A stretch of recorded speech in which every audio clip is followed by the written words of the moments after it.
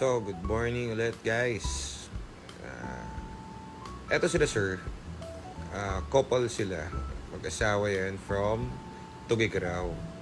Kwento ko lang sa inyo yung about dito sa unit niya para may idea kayo dun sa ginagawa natin dito sa garahe. Kasi alam ko naman, syempre iba alam, car dealer tayo. Pero it's more than that para sa akin. Kwentuhan ko kayo kung bakit. So, ito sila sir katulad nito. Ito sila sir, honest to sila sir na nanonood lang sa atin dito sa vlog. Di ko alam ba't pinanonood sa akin sa vlog eh. Pero anyways, may nanonood sa atin sa vlog. So, isa sila. So, syempre, pag family, nag-iisip din silang magkaroon ng kotse kasi syempre, bumabiyahe-biyahe sila. Si ma'am nag-work sa PGH, yung asawa ni sir. So, shoutout sa inyo. Ang nangyari, gusto nila ng kotse. So, sabi ni ma'am, diyan ka bumili sa kanila. Tiwala ako dyan, ganyan. So, ayun na nga, bumili sila. Bumili sila ng unit. Naalala nyo ba tong color gray na Fiesta na dinala sa atin sa shop? Ito yung color gunmetal gray na dinala sa atin sa shop. Walang error to. So, bigla na lang dinala dito to. Tapos, referral yata to ng client natin dati. So, ngayon, ang mangyari, so guys, tandaan nyo, zero error. No, malinaw naman. No? Hindi nakapatay yung kung ano-ano dyan. Iniscan namin yan, lahat dyan naka-green. Okay, so dahil pe-prepare na namin tong unit nila, bali kukuhanin nila this day, Friday pala, sorry. Friday nila kukuhanin. Binayaran nila Thursday. So tiwala kami dun sa unit kasi na-test drive na rin namin and everything. So tinest drive ko na nga. Ito na yung unit, tinest drive ko siya ng umaga. Maaga ako pumasok, early bird ako nito eh. Siguro 7 nasa shop na ako kasi gusto ko to i-test drive para alamin kung ano pa yung kailangan. Pero sa ordinary kasi, lalo sa mga buy and sell or sa mga walang alam sa unit, syempre okay na yan. Kumbaga goods na yan. Wala namang error eh. Umaandar eh, no? Okay naman. Walang problema. Goods na yan. Pero tignan nyo, kanina pa ako nagda-drive. Nararamdaman ko yan, ang taas ng shifting oh. Pumapasok na tres. Paano nangyari yun?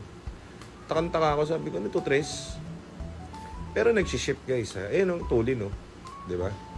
All good. So, sa mga hindi po makakaalam, okay naman po yan. Kasi working eh. Kung may error yan, magaan yan. Lalabas yung check engine. Pero ito yung sinasabi ko na yung mga client natin, binibigyan ko ng magandang laban. So, syempre sila sir, tiga-Tuguegarao yan. Doon nila dadalhin yung unit. Pwede natin sa kanilang ibenta tong unit na to. Pero I'm pretty sure, after a year, mapupudpud yung clutch niyan kasi ang taas ng RPM bago mag-ship eh. Also, hindi pa naman sila ganun kaalam mag-drive. So, agad-agad yan, kahit walang error, pinababa natin yung transmission sa ating mga malulupit na mechanic. Baba nyo ang transmission kasi nasikwat na rin ng isang mechanic natin, si Boss Edu. Kung walang code yan, tapos mataas ang shifting, isa lang ibig sabihin, pudpud yung clutch niyan. Kasi hindi yan mag-error kung pudpud ang clutch. So, eto, wala kami magawa sa sarili namin dahil hindi namin ginawa yung unit. Ginawa pa rin namin. So, ganyan tayo dito. Kung yung iba takot na takot magpagawa ng mga ganyan, transmission and engine, tayo niyayakap pa natin yan. So imagine niyo guys, sa labas makukuha niyo yung baba ng transmission 100, 150. Pag sinwerte pa kayo, maloloko pa kayo nung gumagawa. So tandaan nyo ito, pwede yung ibenta guys ha. Binabrag ko lang sa inyo kasi binibigyan ko ng magandang laban yung client. Kasi yung client nga, nagsabi naman, wala silang alam sa kotse. Tayo may alam. O edi, ang gawin natin tayo na lang ang umisip para sa kanila. So pag yan kasi mataas ang change ng gear or shifting, madali mapudpud yung clutch mo. Saka ito, tingnan mo, ang dumi na ng oil pan. So, nagban siya. So siguro yung first owner, madalang dinisin tong mag-change oil. Kaya ganyan, nagban siya na eh. So, wala. Ginawa pa rin namin kahit na meron kaming deadline at okay naman tong kotse, o di PMS kang malala, transmission pull down kang malala. So imagine, yan ang edge natin. Kasi kahit hindi nyo po alam yan, gagawin pa rin namin kung ano yung proper. Pag yan, pinalitan ng clutch at ng bagong shift port, kahit mag-drive lang si sir ng 1 taon, pabalik-balik, kahit huwag niya napatayin yung engine, magpabalik, gawin niyang taxi ang unit niya, pabalik siya ng Tuguegarao to Manila, kahit 1-2 taon, hindi po magkakaproblema yan kapag bago. Ang laki ng maliles ng client at may ensure natin na quality yung iuuwi nilang unit. So, eto na, ginabi na kami pero tinest drive na namin ito.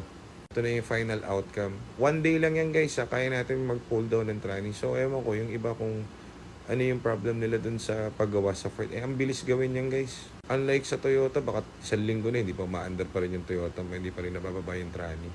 Ganun lang kabilis ang tranny pull down yan. So ito ako guys, tingnan nyo. Testing ko na ulit, tignan mo. Nagsishift na siya ng tama. Diba? Hindi na siya 3. Sa 3 nag-shift. Mas mababa na. So, meaning nito is, mas maganda na yung clutch niya at yung shifting niya. Napansin nyo kanina sa 3 yan umaangat, diba? Sa 3 yan nagsishift. So, syempre, kung sa 3 ka, sa 3rd gear pataas ka nagsishift, ang system, mas malakas ka sa gas and mas mabilis mapudpod yung clutch mo. Nagtatanong yung iba din sa comment, 40,000, 30,000, kailangan daw palitan yung clutch. Ba't daw natin binababa? Kung bibili ka, buyer ka ng kotse, di ba gusto mo 0-0, brand new? O, edi yung laking winner, syempre po nung makakabili niyan kasi 0-0 po yung clutch yan, brand new. Ano pa po yung iintindihin yan? Don't worry about dun sa budget.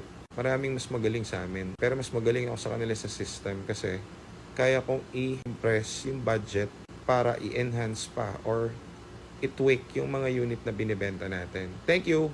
Ayan sila. Very good.